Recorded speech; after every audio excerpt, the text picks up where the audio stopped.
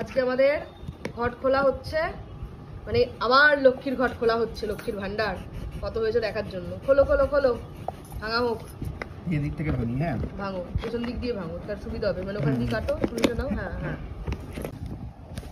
Half খোলা হয়েছে। এটা আমি প্রায় 1 বছর ধরে জমাচ্ছি, আর প্রত্যেক বৃহস্পতিবার বাবা মানে শ্বশুর মশাই এর আমার বর দুজনের থেকে টাকা নিয়ে নিয়েছি।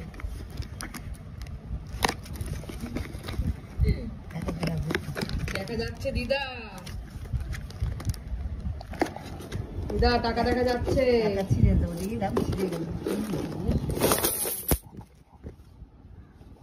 এইটুকু এইটুকু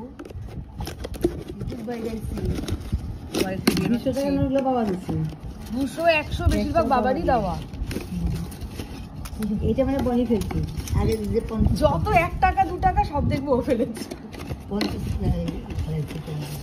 যাই না, মনে হয় না 2000ও হবে, এমনি দেখানো যায়। 200 টাকা পাবো। হ্যাঁ 10 টাকা বনি।